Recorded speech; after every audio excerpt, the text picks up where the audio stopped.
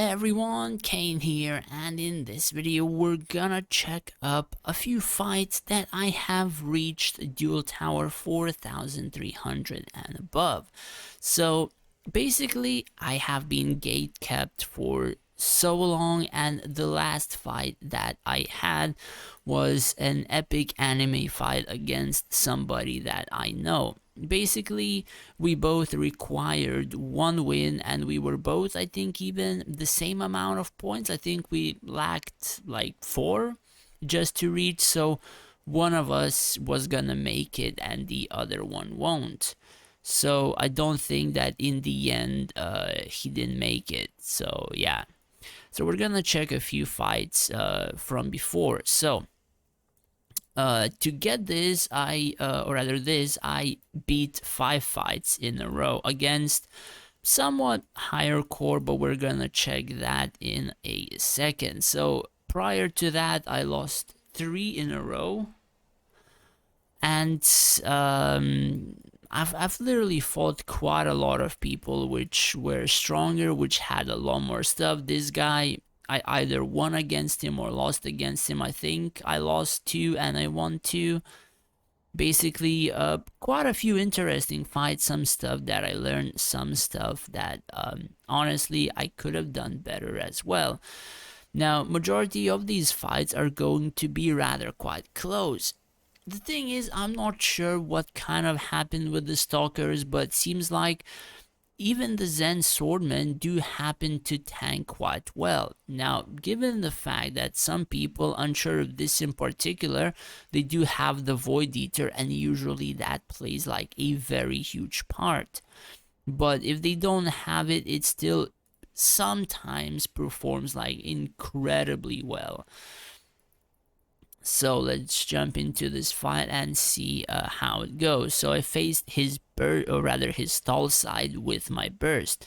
So as you can see, the human archers are just literally shredding my stalkers right here. Basically, his burst side is not doing that much damage to my stall side, but these 2 archers are just friggin' shredding. And I think I cast Valerie, I cast Avril, and like only now did they start taking damage, like 15 seconds in, while 2 of his archers already like procced invincibility on majority of my stalkers. Now these I suppose swordmen had tanked for quite a lot. I think he even used revive perhaps, but this doesn't really show like incredible tankiness of the swordman. Apparently I broke through rather quite quickly, but the thing is, there are some formations where you literally cannot break through for like 30 seconds, like no joke. I've faced quite a few of them, and in the end it becomes rather quite rough. So against the Lich, tier 19 army didn't really had any issue. Rakan, now with Rakan, with the buffs that they have, it's actually quite difficult to fight some of them. Some of them are pretty easy if their formations aren't really that good, but I faced some Rakans where the archers, just by like turning sideways even one squad of the Rakan archers, they just one-shot my dragon or my DPS heroes. Like they can literally wipe my friggin' burst side in a matter of like one friggin' ale effect.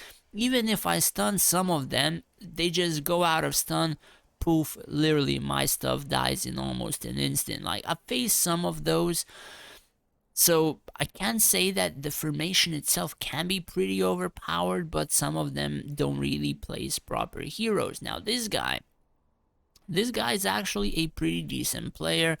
I do believe he has a lot of premium artifacts, and majority of the fights that I have against like this guy in particular is either a win with like 50% feel alive, or it is a loss with his feel 50% alive.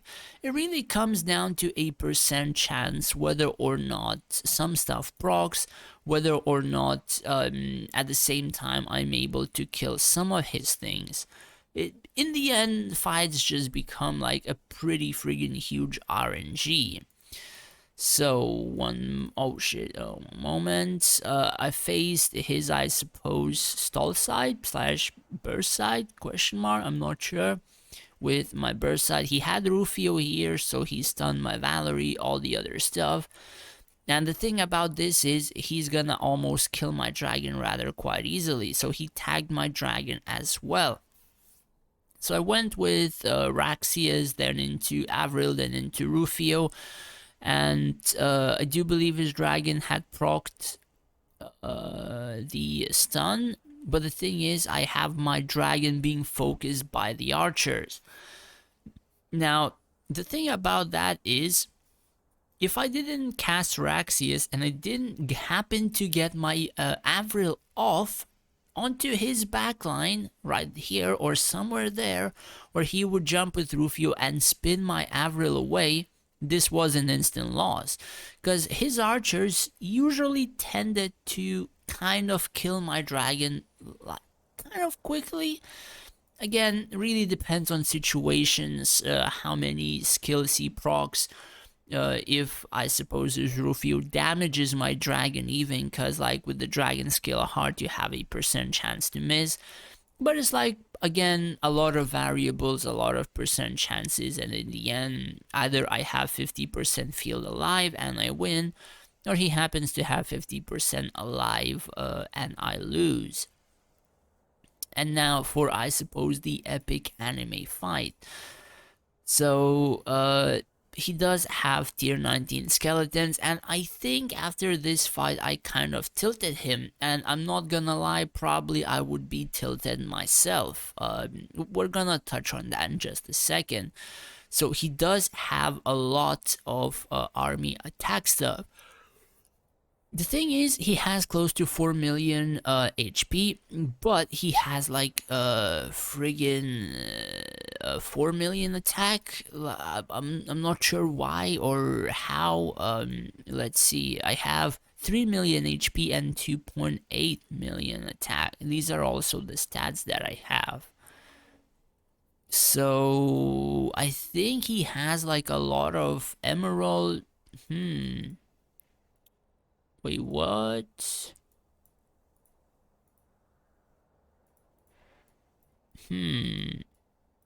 So what the hell? Now I'm confused. So understand he has like somewhat mixed prisms for some reason. So this is, I suppose, his main set, but he had that one random, I suppose, army attack prism set. I mean, this is okay on some of the heroes, but the thing is, you cannot really run this type of Gazul, as it might not work against majority of the compositions.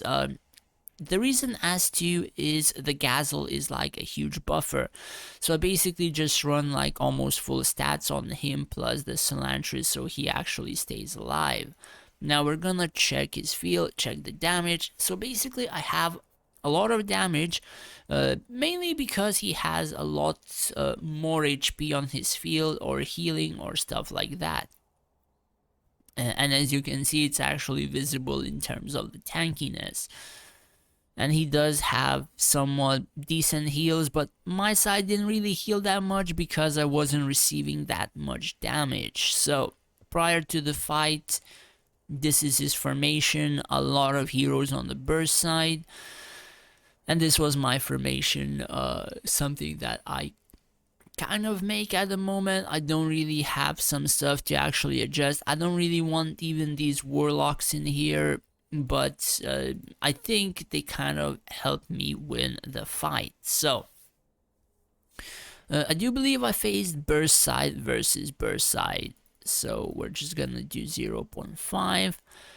So we both start off with Raxiuses. We stun both of our like DPSs, mages, and etc.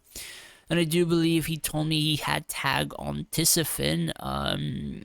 I do believe my Avril was being stunned, So instead of casting Avril, I jumped with Rufio, and only after that I cast my Avril. Whereas he casted Avril 2 times towards my dragon and my backline. So what he wanted to do was he wanted to tag my dragon, and he also jumped to my dragon with his Rufio. Though he didn't, or rather that didn't work, because I was spinning my Rufio sometimes, and Istis was either being stunned by Rufio or she just procced invincibility and all that stuff. So then I tagged his dragon, and the warlocks kind of killed it. But now take a look at my dragon. So my dragon is being damaged by some stuff, and then it is kind of being healed. Now, the thing is, I have some healing stuffs on my dragon. I have even a few arrays that would kind of heal my dragon. And I thought that the Floras was actually healing him, because I have an array where the dragon heals a percent HP per second, which kind of does seem like that healing is kind of picking up. But then again, I think it's from Draconic as well, where the dragon is being healed. I'm not entirely sure since my Floras is dead. But pretty much, like, the reason why I kind of won is he wasn't able to kill my dragon faster than I killed his.